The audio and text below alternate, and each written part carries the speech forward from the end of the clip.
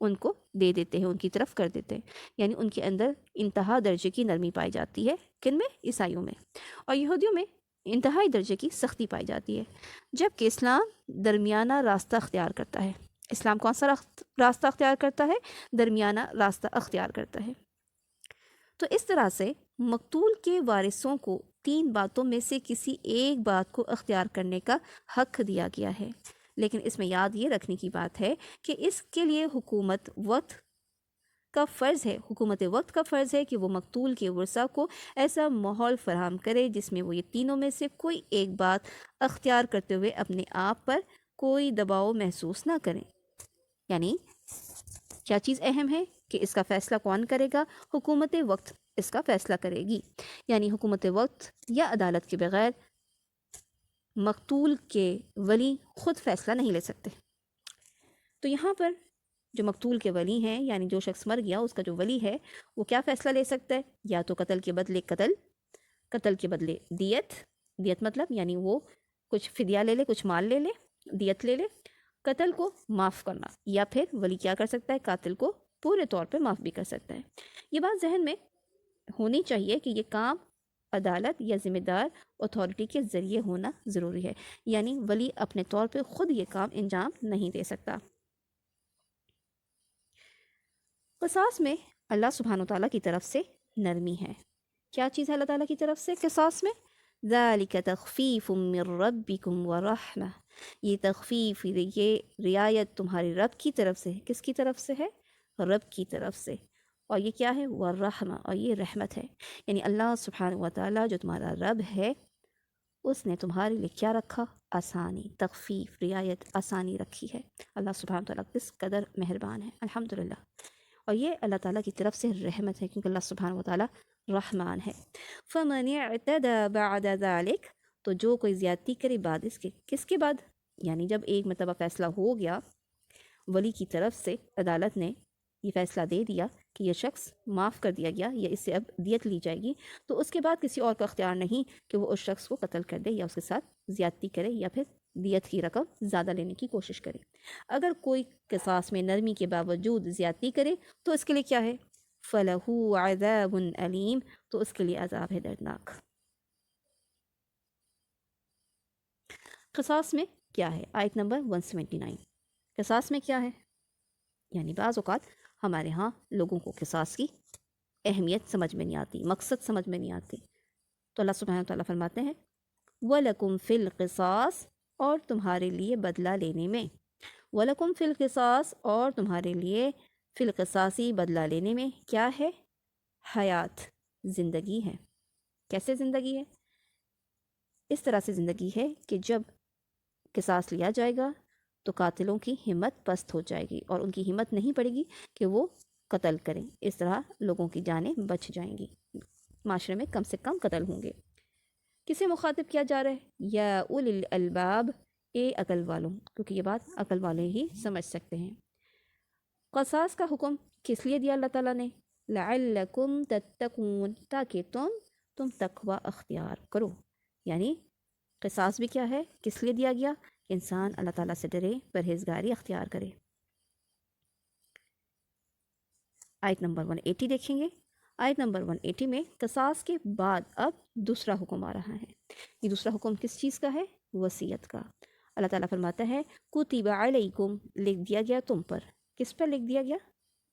اس سے پہلے بات ہو رہی تھی ایمان والوں سے، تو ایمان والوں پر یہ دوسرا حکم کیا دیا جا رہا ہے؟ کتب علیکم، لکھ دیا گیا تم پر۔ یہ وصیت کا حکم دیا جا رہا ہے۔ کب دیا جا رہا ہے؟ اذا حضر احدکم الموت، جب آ جائے تم میں سے کسی ایک کو موت، یعنی موت کا وقت جب تم میں سے کسی کا قریب ہو جائے تو وہ کیا کرے؟ ان ترک خیرا الوصیہ، ان ترک خیرا الوصیہ، اگر وہ چھوڑ جائے مال کو وصیت کرنا، یعنی ایسا شخص جو موت کے وقت مالدار ہو، مال چھوڑ کر جا رہا ہو، تو اسے کیا کرنا چاہیے؟ وصیت کرنی چاہیے۔ وصیت کیسے کرنی چاہیے؟ کس کو کرنی چاہیے؟ تو وصیت کس کے لیے ہے؟ للوالدین والاقربین، للوالدین والاقربین، للوالدین یعنی والدین کے لیے، اور قرابت دار یعنی رشتہ داروں کے لیے۔ کس طرح کرے وصیت؟ بالمعروف حقا، بھلے طریقے سے، یہ حق ہے کس پر حق ہے؟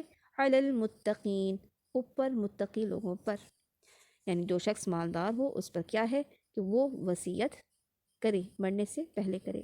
لیکن یہاں بھی بات یاد رکھی جائے کہ جمہور مفسرین کی رائے یہ ہے کہ اس آیت کو میراث کی آیت نے منسوخ کر دیا، یعنی اللہ سبحانہ و تعالیٰ نے مال کی تقسیم کا ایک پورا ضابطہ دیا ہے کہ مال وارثوں میں کس طریقے سے بٹے گا یا تقسیم ہوگا۔ جب تک آیت وراثت نہیں نازل ہوئی تھی تب تک یہی آیت موجود تھی، یعنی کہ انسان مرنے سے پہلے اپنے والدین کے لیے، اپنے رشتہ داروں کے لیے وصیت کرے۔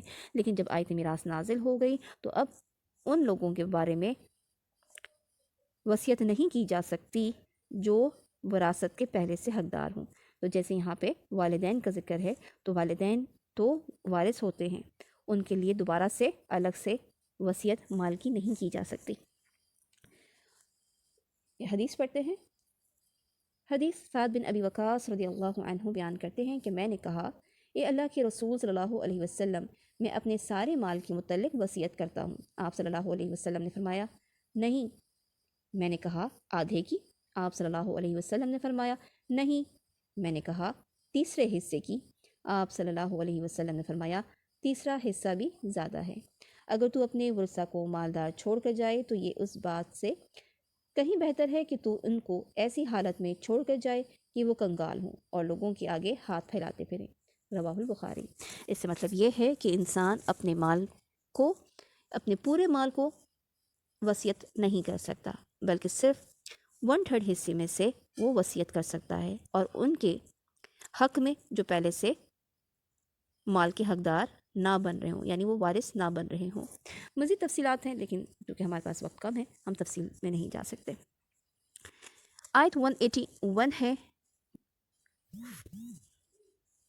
فَمَن بَدَّلَهُ بَعْدَمَا سَمِعَهُ، فَمَن تو جو کوئی، بَدَّلَهُ بدل دے اس کو، کس کو؟ وصیت کو۔ کب بدل دے؟ بعدما سمعه، بعد اس کی جو اس نے سنا۔ اب کیا بات ہو رہی ہے؟ کس کو بدلنے کی بات ہو رہی ہے؟ یعنی وصیت کو۔ وصیت کو بدل دے، کون بدل دے؟ جو سن رہا ہے۔ کب بدل دے؟ سننے کے بعد۔ وصیت بدلنے کا گناہ کس پر ہوگا؟ فَإِنَّمَا إِثْمُهُ، تو بے شک گناہ اس کا، ہو کس کا؟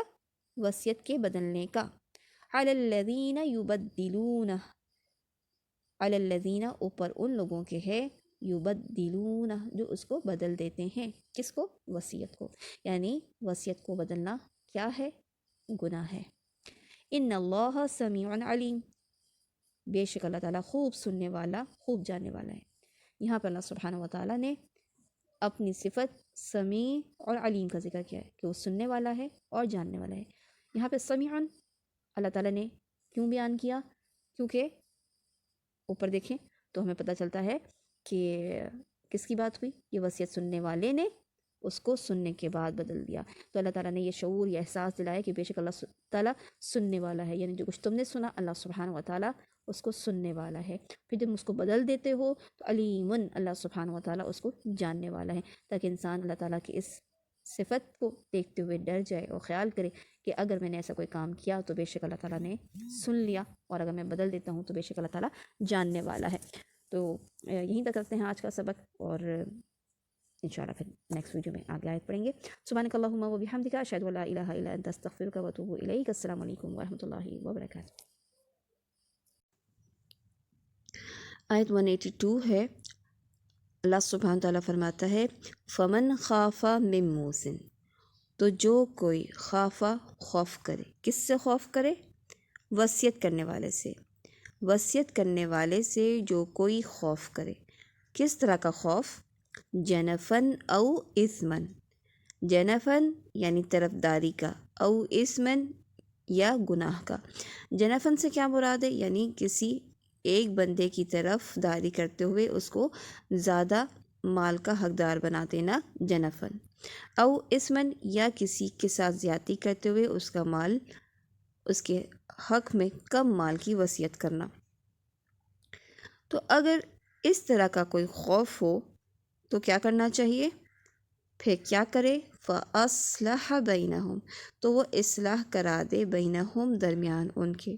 اس کا ایک طریقہ تو یہ ہے کہ جو شخص وصیت سن رہا ہے وہ وصیت کرنے والے کو اس بات کی تنبیہ کرے، اس بات کا مشورہ دے، اس کو سمجھائے کہ وہ جنفاً اور اسمن سے کام نہ لے، وہ کسی کی طرفداری نہ کرے، کسی کا مال زیادتی نہ کرے۔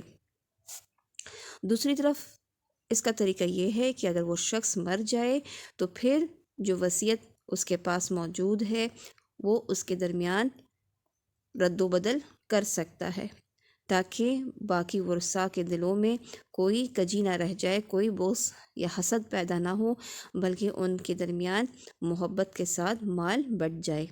تو ایسا کرنے والے پر کیا ہوگا؟ یعنی جو شخص وصیت سننے کے بعد اس میں تھوڑی سی رد و بدل کر دیتا ہے تاکہ ورثاء میں مال صحیح طور پہ بٹ سکے، تو ایسا کرنے والے پر کیا ہوگا؟ فلا اثم علیہ، تو نہیں کوئی گناہ اس پر، تو ایسے شخص پر کوئی گناہ نہیں ہوگا، کیونکہ ہم اس سے پہلی والی آیت میں کیا دیکھ چکے تھے کہ جس نے وصیت کو بدل دی تو اس کا گناہ اس کے اوپر ہے جس نے وصیت بدلی۔ لیکن یہاں پر اگر کوئی شخص اس لیے وصیت کو بدلتا ہے تاکہ ورثاء میں مال صحیح طور پہ تقسیم ہو سکے تو اس کے اوپر کوئی گناہ نہیں۔ اس کے ساتھ ہی اللہ تعالیٰ نے اپنی صفات کا بھی ذکر کیا۔ کون سی صفات کا ذکر کیا؟ ان اللہ، بے شک اللہ سبحانہ و تعالیٰ، غفور الرحیم، بخشنے والا ہے، نہایت رحم کرنے والا ہے۔ یعنی ایسے کام کرنے والے کے لیے کیا ہے کہ اللہ تعالیٰ نے بتایا کہ اللہ سبحانہ و تعالیٰ بخشنے والا ہے، بہت زیادہ رحم کرنے والا ہے۔ یعنی اگر انسان اس طرح کے معاملے پہ پڑے تو اسے کیا چاہیے کہ وصیت کو بدل دے، اور اس کے لیے اللہ سبحانہ و تعالیٰ اس کو معاف کرنے والا، رحم کرنے والا ہے۔ یہیں پہ ہمارا آج کا سبق ختم ہوتا ہے۔ سبحانک اللہم و بحمدک، اشہد ان لا الہ الا انت، استغفرک و اتوب الیک۔ السلام علیکم ورحمۃ اللہ وبرکاتہ۔